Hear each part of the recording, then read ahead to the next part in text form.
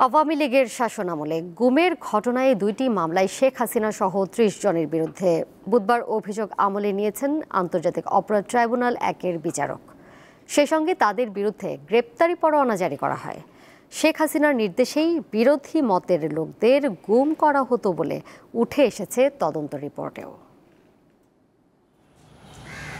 বিরোধী মতকে দমন ও নিজের শাসনকে পাকাপোক্ত করতে সাবেক প্রধানমন্ত্রী শেখ হাসিনার প্রধান হাতিয়ার ছিল গুম। ২০০৯ সালের পর থেকে শুরু হয় এই অপকর্ম। ৫ আগস্ট পতনের পর শেখ হাসিনা ভারতে পালিয়ে গেলে একের পর এক উদ্ঘাটন হতে থাকে গুমের ঘটনা।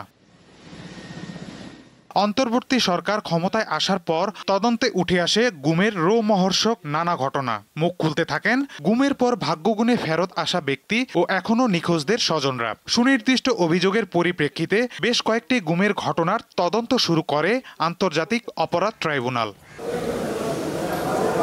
বুধবার সকালে চিফ প্রসিকিউটর তাজুল ইসলাম আন্তর্জাতিক অপরাধ ট্রাইব্যুনাল ১-এর রেজিস্ট্রারের কাছে গুমের ২টি অভিযোগ দাখিল করেন। এর মধ্যে একটিতে আওয়ামী লীগের আমলে টিএফআই সেলে গুম করে নির্যাতনের ঘটনায় শেখ হাসিনা ও তারিক আহমেদ সিদ্দিকী সহ ১৭ জনকে এবং অপরটিতে জেআইসি সেলে আটক গুম ও নির্যাতনের ঘটনায় শেখ হাসিনা ও তারিক আহমেদ সিদ্দিকী সহ ১৩ জনকে আসামি করা হয়। পরে ট্রাইব্যুনাল তাদের বিরুদ্ধে গ্রেপ্তারি পরোয়ানা জারি করে।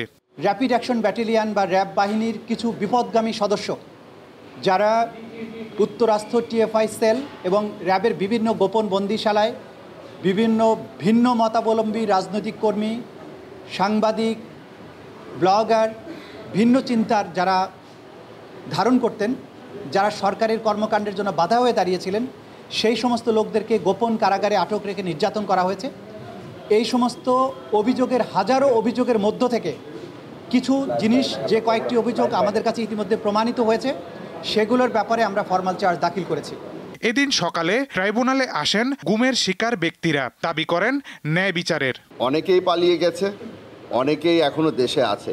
যারা দেশে আছে আশা করছি তাদেরকে শিগগিরই আটক করা হবে, এবং যারা পালিয়ে গেছে তাদের জন্য আমাদের একটা বার্তা আছে, দুনিয়া অত বড় না, আপনারা যেখানেই লুকিয়ে আছেন আপনাদেরকে খুঁজে বের করা হবে। আমি কোনো অবিচার চাই না, আমি তাদের উপরে কোনো জুলুম হোক সেটা চাই না, কিন্তু সুবিচার হোক, ন্যায় বিচার হোক সেটা চাই। আমি এই জন্য এখানে আজকে মামলা দায়ের করেছি।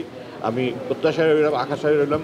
এই বাংলার মাটিতে আমাদের সাথে যে জুলুম করা হয়েছে, আর কোনোদিন কোনো নাগরিককে যেন এই জুলুমের শিকার করতে না হয়, সেই নিশ্চিতকরণ আমরা দেখব ইনশাআল্লাহ।